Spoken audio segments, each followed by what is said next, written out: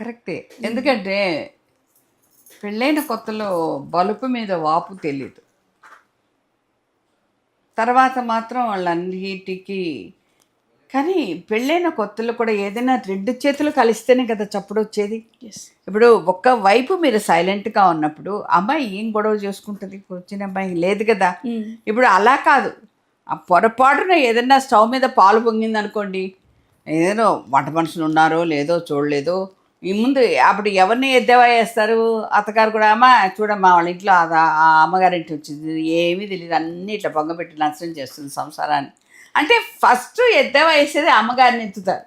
అప్పుడు ఆ అమ్మాయి మనసు కలుక్కుమంటది. కరెక్ట్. అంటే అమ్మ నాన్నను ఎందుకు వాళ్ళు చక్కగా పెంచారు, పెద్ద చేశారు, చదివించారు.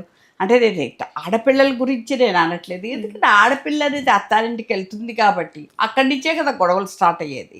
ఇప్పుడు ఒక అబ్బాయి కొత్తగా అడుగుపెట్టిన అబ్బాయికి ముందు వాళ్ళ పుట్టింటి వాళ్ళను ఎద్దేవా వేయడం కాకుండా కొంచెం చెప్పాలి, నేర్పించాలి.